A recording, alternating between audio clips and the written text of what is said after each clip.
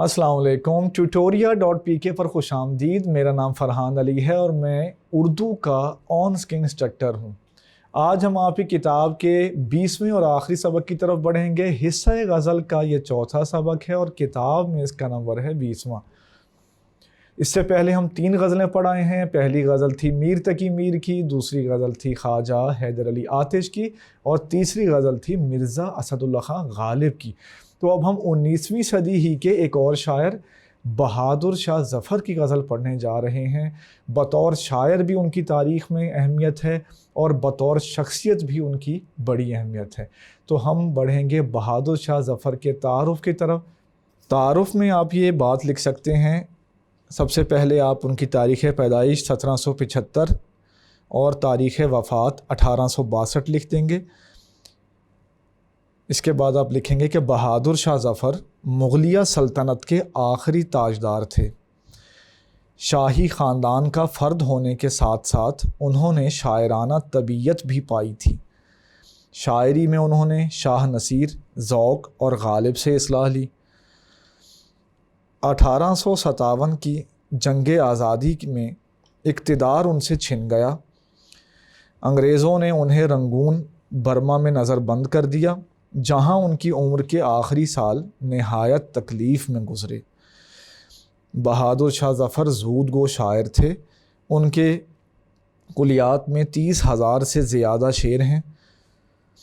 उन्होंने मुख्तलिफ़ असनाफ़ सुखन यानी शायरी की अक़साम में शायरी की है, लेकिन उनकी पहचान गज़ल है। उनकी गज़लों में ज़बान की सफाई और रोज़मर्रा के उम्दा इस्तेमाल से दिलकशी पैदा हो जाती है। बहादुर शाह ज़फ़र के कलाम का वो हिस्सा जो उनकी आप बीती पे मुश्तमिल है, यानी जिसमें उन्होंने अपने हालात जो हैं, वाक़यात जो हैं, उनको जो है समोया है, अपने अंदर गम और सोज़ो गुदाज़ की सिफ़ात रखता है। बहादुर शाह ज़फ़र को 19वीं सदी के बिलखुसूस और उर्दू शायरी के बिलउमूम अच्छे शुअरा में शुमार किया जाता है। बहादुर शाह ज़फ़र पे बाज़ नाक़िदीन का इल्ज़ाम है कि उनकी शायरी में जो खूबियाँ हैं वो उनके उस्ताद ज़ौक़ की देन हैं। अलबत्ता इस बात पे सर सैयद अहमद ख़ान ने बरहमी का इज़हार किया है।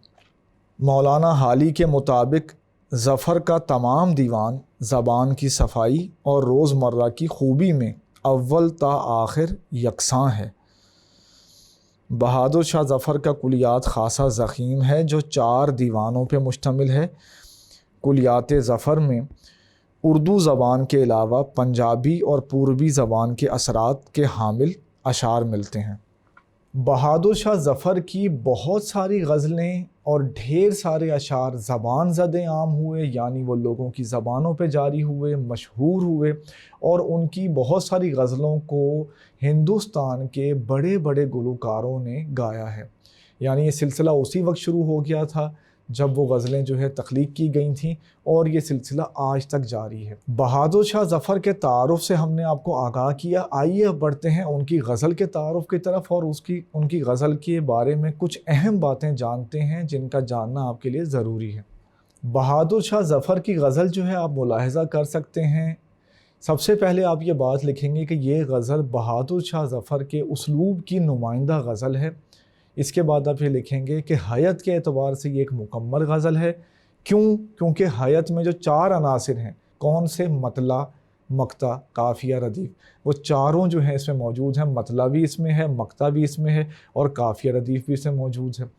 इसके बाद आप ये लिखेंगे, काफ़ियों पे नज़र डालेंगे तो आप लिखेंगे कि इस गज़ल के काफ़िए दयार, नापायदार और बहार वग़ैरह हैं, जबकि इस गज़ल की रदीफ़ में है।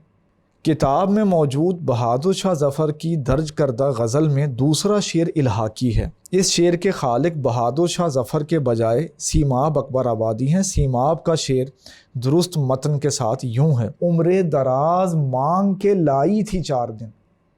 उम्रे दराज मांग के लाई थी 4 दिन, 2 आरज़ू में कट गए 2 इंतज़ार में। यानी जो उम्र दराज है उसके बारे में कहा गया है कि वो जो है वो 2 दिन जो है वो 4 दिन जो है मांग के लाई थी, जिसमें से जो है 2 दिन कट गए हैं आरज़ू में, 2 दिन कट गए हैं इंतज़ार में। तो ये शेर किनका है? ये सीमाब अकबर आबादी का शेर है। اور ظفر کی غزل میں اس کی حیثیت الحاقی شعر کی ہے۔ الحاقی شعر مطلب کہ یہ ظفر کا کہا ہوا شعر نہیں ہے، لیکن کیونکہ اس کا قافیہ ردیف وہی ہے، یہ اسی زمین میں ہے جس میں بہادر شاہ ظفر کی غزل ہے، تو شاید کسی نے غلطی سے اس کو ظفر کی غزل میں شامل کر دیا، اور پھر یہ غزل کیونکہ ظفر کی گائی بھی گئی اور بارہا شائع بھی ہوئی، تو یہ سلسلہ چل پڑا اور یہ شعر ظفر کے نام سے مشہور ہو گیا۔ اردو شاعری میں یہ بات کوئی نئی بات نہیں ہے، بہت سارے اشعار ایسے ہوتے ہیں کہ جو کسی اور شاعر نے کہے ہوتے ہیں لیکن وہ کسی اور کے نام سے مشہور ہو جاتے ہیں۔ جیسے ایک شعر ہے کہ دیوار کیا گری میرے کچے مکان کی، لوگوں نے میرے صحن میں رستے بنا لیے، تو لوگ اس شعر کو احمد فراز کا شعر سمجھتے ہیں، جبکہ یہ سبط علی صبا کا شعر ہے جن کا تعلق واہ کینٹ سے تھا۔ تو ایسے ہی ہوا سیماب کے ساتھ بھی کہ سیماب کی یہ مکمل غزل ان کے کلام میں، ان کی کتاب میں موجود ہے، علی گڑھ مشاعرے میں بھی انہوں نے اس غزل کو پڑھا، اس ریکارڈ میں بھی یہ موجود ہے، لیکن کسی وجہ سے نہ جانے کب یہ غزل جو ہے بہادر شاہ ظفر کے نام سے یہ جو شعر ہے یہ منسوب ہو گیا، اور یہ سلسلہ ایسا چلا کہ یہ فلم لال قلعہ میں بھی جو ہے جو محمد رفیع نے جو ہے یہ غزل گائی، اور یہ غزل جو ہے اور بھی زیادہ مشہور ہو گئی، تو یہ ظفر ہی کے نام سے جو ہے مشہور ہو گئی۔ کتاب والوں نے شاید اسی مغالطے میں اس شعر کو ظفر کی غزل کا حصہ بنا دیا ہے۔